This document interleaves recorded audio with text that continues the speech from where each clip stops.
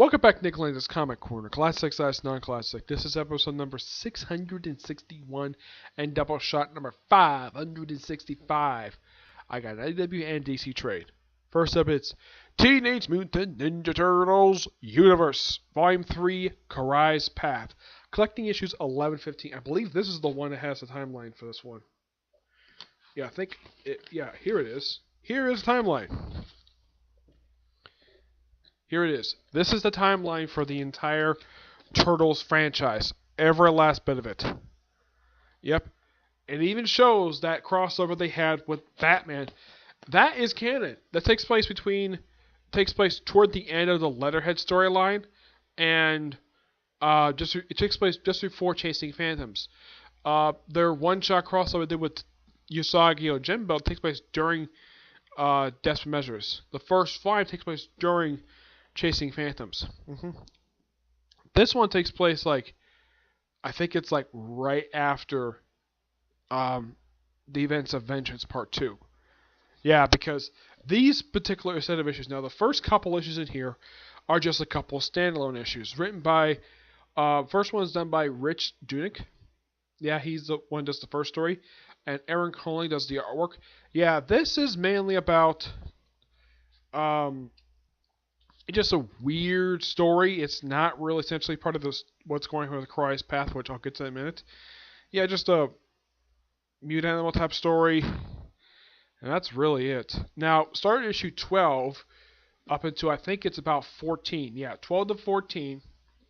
Essentially, it's a 3-part story. Essentially, takes place right after the events of Team Mutant Turtles 50, where Karai went off back to Japan. This essentially is a story for her set in Japan, right after she left New York, and she's trying to rebuild the Foot in New York after her grandfather was killed by the Shredder. Well, not killed by Shredder, killed by Splinter by beheading him. Yeah, and she goes off and stops assassination herself. Mainly, she's hired by this other gangster who's in Tokyo to steal this mystical sword, and apparently he didn't believe it actually existed. He didn't tell his granddaughter about this until after she left.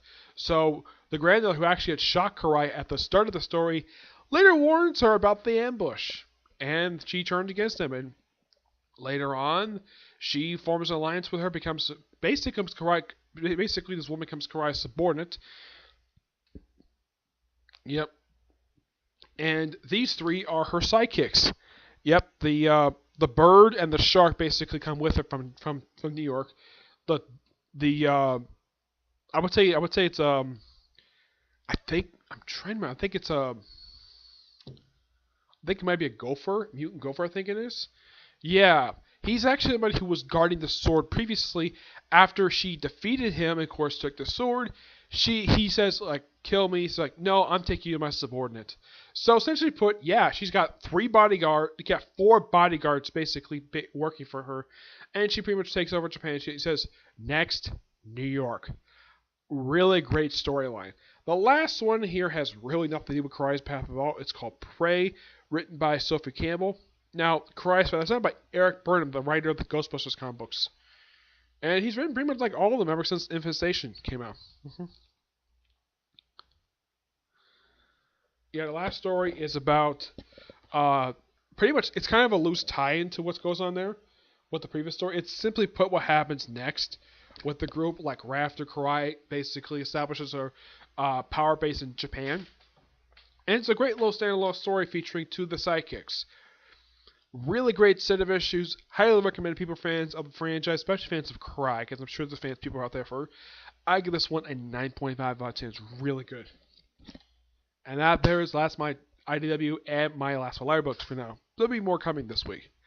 Next up is the first of probably several books I own, I'm going to do a review of. And this is Uncle Sam and the Freedom Fighters.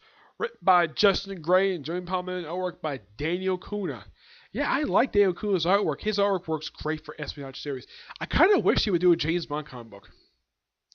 Yeah, this is taking place right after the events of the miniseries The Battle for Bloodhaven.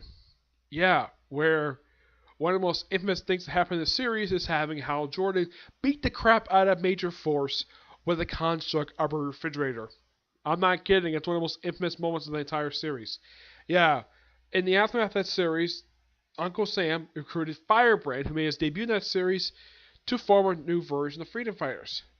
And these are the new Freedom Fighters. Stormy Knight, aka the new Phantom Lady. She's not the original one. The original one actually is still alive. This guy in the black suit, that's a human bomb. That's the Red Bee. That's the Black Condor, who's actually the modern day Condor. He's actually made his debut in its own subtitle series.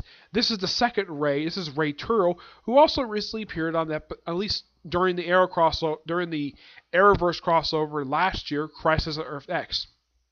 They made him an Earth 1 version from Earth 1, but he lives on Earth X. Yep, and you have a new version of Dollman, and I think that's... Oh yeah, they even have Miss America. No, it's not from... In case you're wondering, this is not the same character from Marvel Comics. This is a completely different character. Her name is Joan. No, the character... As far as I know, the character is not named after Stan Lee's wife. No, just completely unrelated. Just... It's an old name for a woman. You don't hear women called that anymore, Joan. It's more like older ladies named Joan because, well, it's not a name people use anymore. Kind of like Beatrice. People don't really use a name much anymore for women. Yeah.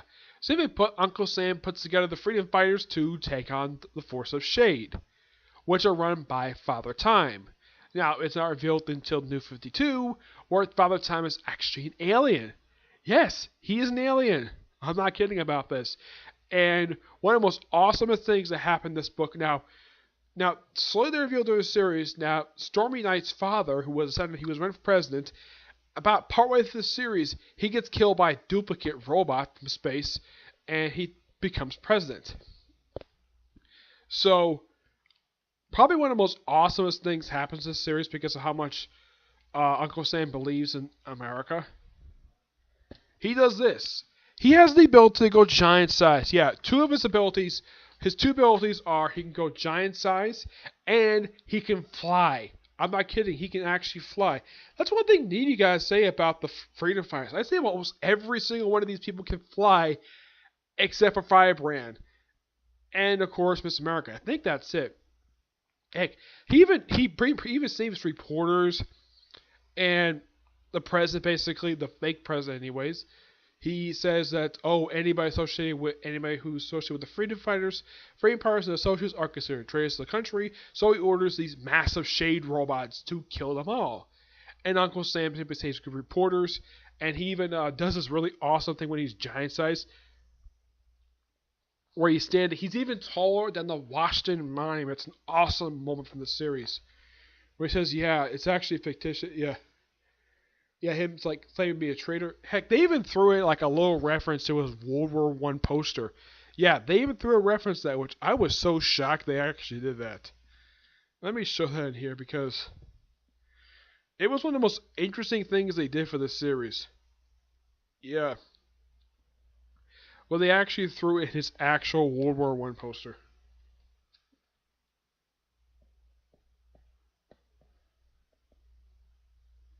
See if I can find it here. Because Father Time wants him so badly, so he digs out the old World War I poster. Here it is, right here. At the end of issue 1. Yeah, that's the actual World War I poster that he's actually based on. Though his outfit is completely different than how he's dressed in that poster. But yeah, he does occasionally wear the hat, and he does, dress in that particular suit. Now, Uncle Sam has been a prominent figure in DC Comics since the 1970s. He first showed up on the pages of Quality Comics, that was a company, not an actual comic published by DC Comics, where it was Uncle Sam Quarterly #1. That was his first appearance. Pretty much all the rest of these characters are from Quarterly. DC bought them and basically put them all into one team called the Freedom Fighters. They're actually from Earth X, which is kind of where they got the whole concept across Earth X. A lot of that cross was based upon stuff of Freedom Fighters and the Red Sun storyline, which they moved that from Red Sun to where they moved from Russia to Nazi Germany. This is a fantastic series. I highly recommend. It's actually the first of 3 that Jeremy Palm just integrated. I'm surprised this was. I don't know if this was a limited series or an ongoing series. I don't really know. It's really bizarre. I think this might have been a limited series because I've never found anything listed as was limited series for the Freedom Fighters.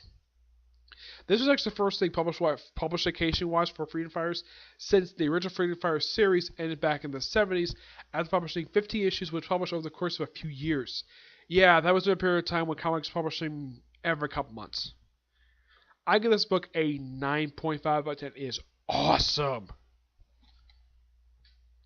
Alright, that's it for this episode. Stay tuned for whenever I get a chance to do the next episode, which will be 2 more books I own. It'll be episode number 662 and Doubleshot number 566. Okay, but to see you there. Bye.